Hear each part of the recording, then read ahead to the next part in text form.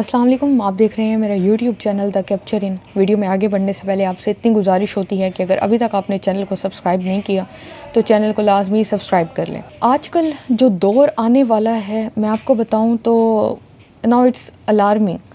वो इसलिए कि चैट जीपीटी आ चुकी है। जब से चैट जीपीटी के बारे में नई नई बातें सामने आ रही हैं, चैट जीपीटी के नुकसानात सामने आ रहे हैं। जब चैट जीपीटी सामने आई थी कि ये एक बोट है, ये रोबोट है और इसके मुख्तलिफ बोट्स हैं।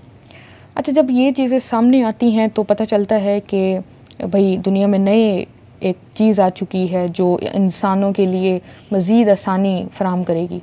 अब देखें, दुनिया जब से तरक्की कर रही है इंसानों के लिए सहूलियात ही सहूलियात पैदा होती जा रही हैं। यहाँ पे मैं आपको बताऊँ तो ये सहूलियात स्टीफ़न हॉकिंग, बहुत बड़ा साइंसदान गुज़रा है। आइंस्टाइन के बाद स्टीफ़न हॉकिंग को बहुत अहमियत हामिल है। तो उस साइंटिस्ट ने कहा था कि ये जो जितनी भी टेक्नोलॉजी है एक दिन यही इंसान की तबाही का सबब बनेगी। आपने अगर चैनल को सब्सक्राइब किया हुआ हो और आप वीडियोस देखते हो तो आपने देखा होगा कि मैंने रोबोट पे एक वीडियो बनाई थी कि रोबोट ने बात की और मुख्तलिफ हैरत अंगेज़ इंकशाफ किए थे कि मैं दुनिया को तबाह करना चाहता हूँ, और मुख्तलिफ उसने बातें की, मेरा नाम ये नहीं है, मेरा नाम ये है, और इस तरह से मुख्तलिफ बातें की थी उसने। आप यहाँ से अंदाज़ा लगाएं आर्टिफिशियल इंटेलिजेंस ने कितनी ज़्यादा तरक्की कर ली है। आर्टिफिशियल इंटेलिजेंस को एक काम दिया गया कि फ़िरौन का चेहरा बना के दो। आपके सामने तस्वीर भी आ रही होगी, ये 4100 साल पुरानी तस्वीर आर्टिफिशियल इंटेलिजेंस ने बना के दे दी है। तो अंदाज़ा लगाएं कहाँ पे जा रही है आज की टेक्नोलॉजी और किस तरफ ये किस डायरेक्शन में जा रही है, कहाँ जा रहे हैं हम लोग दिन ब दिन। 4000 साल पुराना एक चेहरा बता देना कि ये बंदा ऐसे नज़र आता था, और इस तरह के मुख्तलिफ काम कर सकती है ये आर्टिफिशियल इंटेलिजेंस, मसनूई ज़हानत, कि उसको ऐसे नाकाबिल यकीन काम दे दिए जाएं कि वो कुछ भी कर सकती है।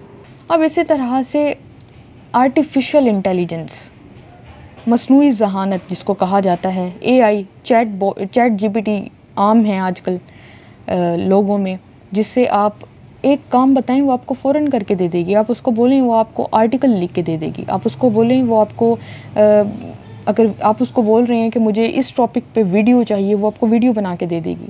आप उसको बोलें कि मुझे एक प्रोग्राम बनाना है, न्यूज़ का प्रोग्राम समझ लें कि इस बंदे को बिठाना है, इस बंदे को बिठाना है। मिसाल के तौर पे आप कहें कि इमरान खान भी उस प्रोग्राम में हो और ये बंदा भी प्रोग्राम में हो और मौजू प्रोग्राम का ये हो और ये बातें हों, तो वो बना के पूरा आपको दे देगी।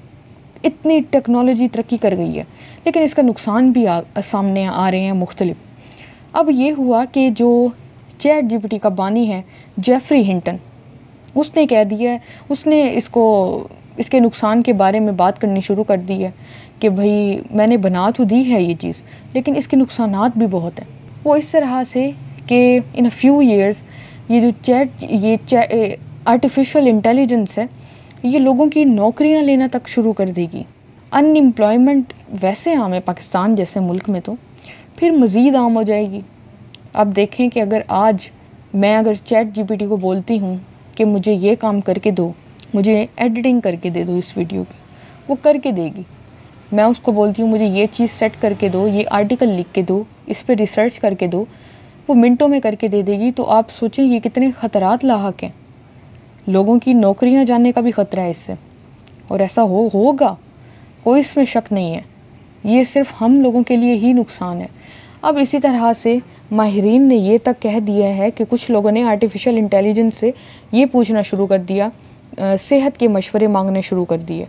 तो आर्टिफिशियल इंटेलिजेंस के जो माहिर लोग हैं, आखिर आर्टिफिशियल इंटेलिजेंस को आप ये देखें तो मैं ये तो सेहत पे तो आती ही हूँ, मैं आपको ये बताऊँ कि इसके ये भी ख़तरात हैं कि ये मिस इन्फॉर्मेशन फैलाएगी, क्योंकि ये एक रोबोट है, एक चीज़ उसको फीड कर रही है, उसमें फीड की जा रही है, एक चीज़ उसको ऑन कर रही है। मिसाल के तौर पे अगर मैं ये वीडियो बना रही हूँ या मैं कुछ भी एडिट कर रही हूँ या कुछ भी मैं लिख रही हूँ अपने चैनल पे, तो वो मैं जो बात करूँगी आगे वो आप पढ़ेंगे और वो आपके दिमाग में एक चीज़ सेट होगी, कहीं ना कहीं होगा। तो चैट जीपीटी भी इसी तरह से समझ लें, आम अल्फाज में ये कि चैट जीपीटी को जो चीज़ बोली जाएगी और फिर लोग जो उससे पूछेंगे वो आगे वही चीज़ फैलाएगी। असल और नकल में फ़र्क करना मुश्किल हो जाएगा, इतनी सी बात है। तो देखें ये कितना नुकसान है आज लेकिन हम लोग इस चीज़ का नहीं समझ रहे। अगर हम देख रहे हैं कि हम तरक्की करते जा रहे हैं तो साथ ही साथ हम नुकसान भी कर रहे हैं अपना। अब ये कहा गया है कि चैट जीपीटी से लोगों ने मशवरे मांगना शुरू किए, जैसे लोग मशवरे करते हैं अपनी सेहत को लेके, बीमारियों को पूछने के लिए। तो माहिरीन ने ये राय दी है कि आप हरगिज़ इस तरह के सवालात ना पूछें चैट जीपीटी से। बेशक वो एक ट्रस्टेड टूल है, काबिल एतमाद चीज़ है, लेकिन इतनी भी नहीं है कि आप उससे मशवरे लें और वो जो बोले आप वैसे ही शुरू करें। तो इन चीज़ों से मना करने का कहा गया है।